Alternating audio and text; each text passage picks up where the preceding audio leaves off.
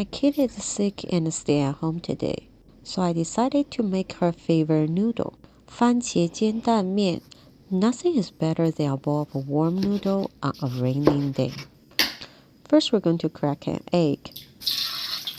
Now we're going to fry the egg in the Chinese way, super crispy. Look at that beautiful brown color.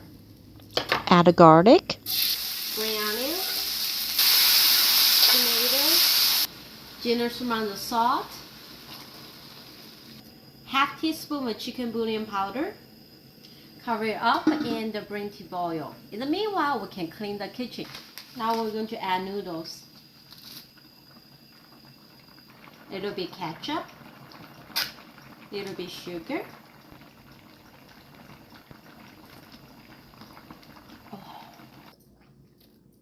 Thank you for watching. I'll see you next time.